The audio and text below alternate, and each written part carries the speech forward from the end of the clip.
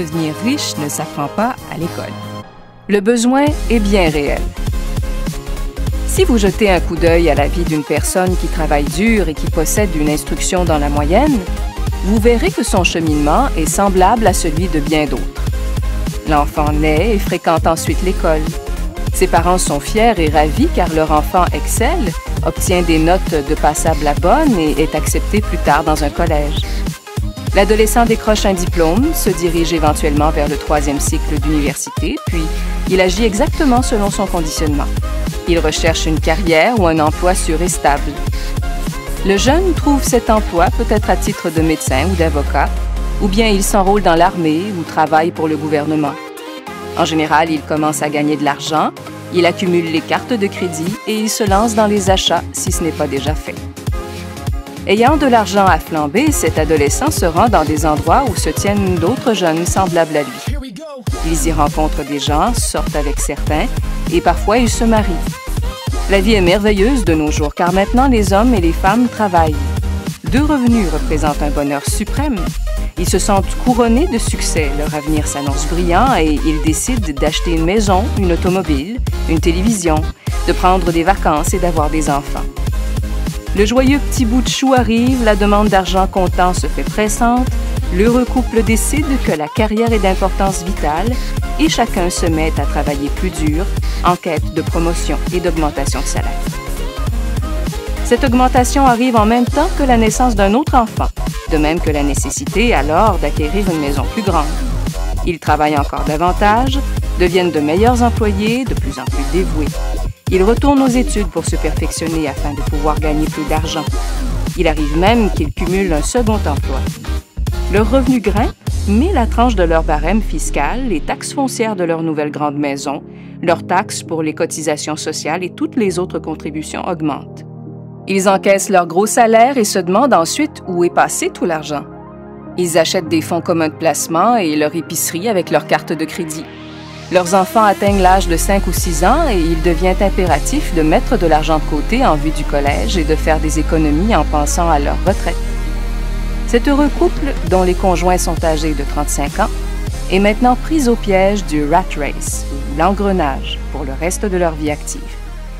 Ils travaillent pour les propriétaires de leur entreprise, pour le gouvernement en payant des taxes et des impôts, et pour la banque en remboursant une hypothèque et leur carte de crédit. Puis, ils conseillent à leurs propres enfants d'étudier consciencieusement, d'obtenir de bonnes notes et de chercher un emploi ou une carrière stable. Ils n'apprennent rien concernant l'argent, sauf de ceux-là qui profitent de leur naïveté, et ils travaillent dur pendant toute leur vie. Ce processus se perpétue ensuite au sein d'une autre génération laborieuse. Voilà ce qu'est le rat race. La seule façon de vous en sortir est de prouver votre compétence à la fois dans les domaines de la comptabilité et de l'investissement, qui sont vraisemblablement 2 des matières les plus difficiles à maîtriser. C'est faire la différence entre un employé et son employeur, mais aussi celle entre le fait d'être maître de sa propre destinée ou d'abandonner ce contrôle à quelqu'un d'autre. Mais il est difficile pour la plupart des gens de comprendre pourquoi cela se produit. Ils pensent seulement que cela n'est pas juste. Voilà pourquoi il est insensé de dire simplement à un enfant « acquiert une bonne instruction ». Il est déraisonnable de présumer que l'enseignement dispensé par notre système scolaire va préparer vos enfants à faire face à ce monde quand ils seront diplômés. Chaque enfant a besoin d'être mieux instruit, d'une éducation différente. Il lui faut aussi connaître les règles, les différentes sortes de règles.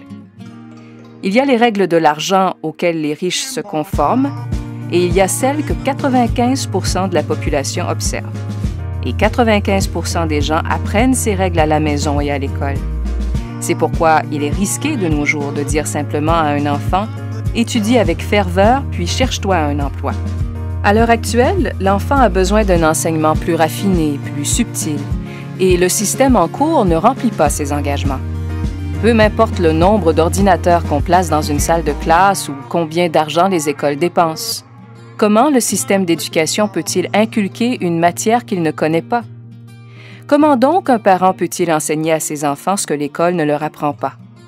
Comment initiez-vous des enfants à la comptabilité sans qu'ils s'ennuient à mourir? Et comment vous y prendrez-vous pour leur apprendre comment investir quand vous-même, comme parent, vous répugnez à prendre des risques.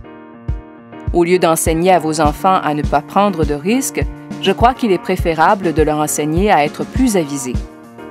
Si aujourd'hui vous êtes jardinier, concierge ou même sans emploi, vous avez la possibilité de vous éduquer vous-même et d'enseigner à ceux que vous aimez comment prendre soin d'eux-mêmes sur le plan financier.